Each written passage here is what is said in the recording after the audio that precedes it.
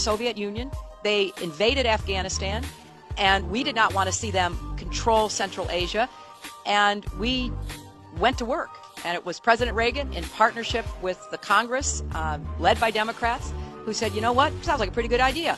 Let's deal with the ISI and the Pakistani military, and let's go recruit these mujahideen, and that's great. Let's get some to come from Saudi Arabia and other places, importing their Wahhabi brand of Islam so that we can go beat the Soviet Union. And guess what? They retreated.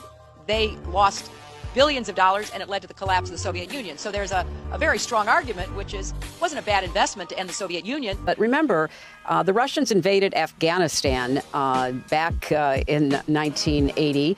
And although no country went in, they certainly had a lot of countries supplying arms and advice and even some advisors to those who were recruited to fight Russia. It didn't end well for the Russians.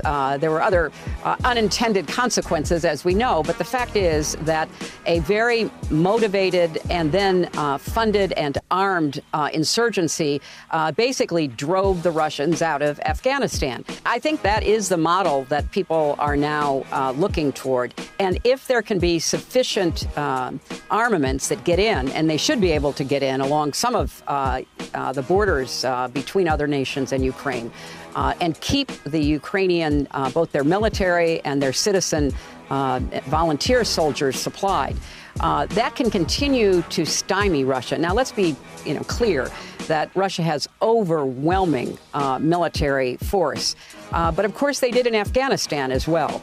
We have to provide sufficient military armaments for the Ukraine military and volunteers, and we have to keep tightening the screws. It wasn't a bad investment to end the Soviet Union. I think that is the model that people are now looking toward, and we have to keep tightening the screws. She's talking about as the model with this Afghanistan insurgency in the 1980s that had what she called unintended consequences. What were those unintended consequences?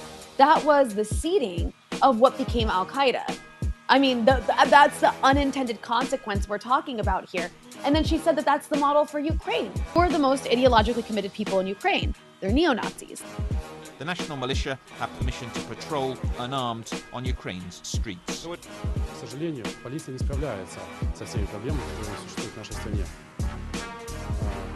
Естественно, мы, как патриоты Украины, возлагаем эти функции на себя.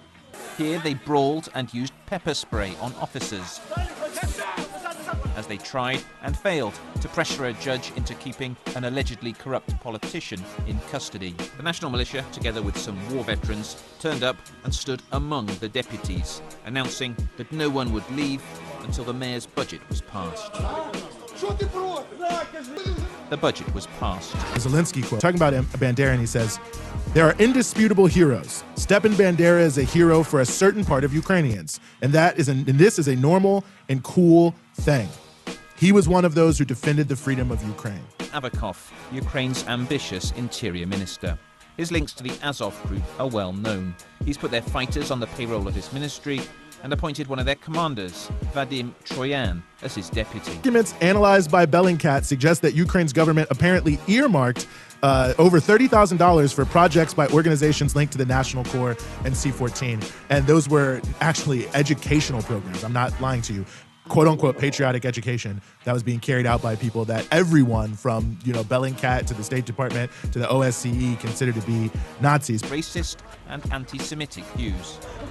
And its logo has clear Nazi overtones. And for whatever reason, the national militia appear to have been given the nod to act outside the law here. But it's the uncertainty over who's behind them that's worrying people. I think that is the model that people are now looking toward. So you're talking about potentially an insurgency that could and probably already is attracting neo-Nazis and the far right from around the world to come have a training ground where they can fight an actual war.